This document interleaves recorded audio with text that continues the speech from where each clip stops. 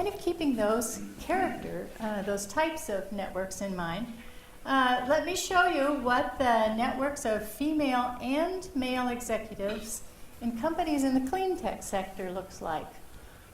This is a new sector. Doesn't it kind of look like primordial soup? The networks are small. There are a few stars. There are some trees, but it's pretty much disconnected.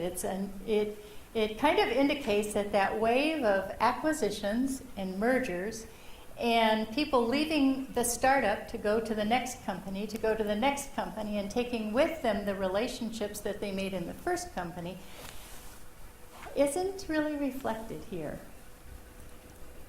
Here, on the other hand, is the sector that has the highest proportion of females in it, and they're noted by the red dots. And this is the biotech sector. Again, a very young sector with the networks not so interconnected yet.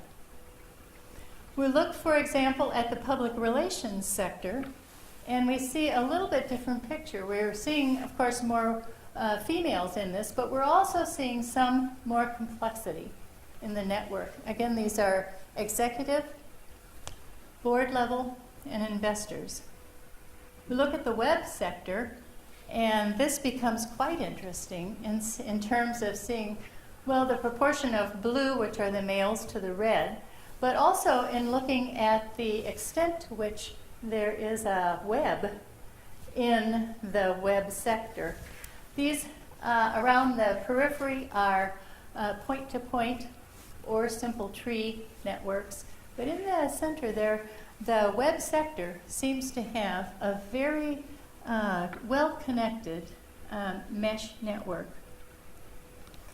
If we take only the females and look at the networks that their connections at the executive, board, or investor level of companies provide, it's interesting to see that there is a single mesh that includes, that's probably about 30 women who are associated with each other through the companies on which they serve on the boards, or are investors, or are executives at the C level. A number of stars, trees, and point-to-point around the periphery.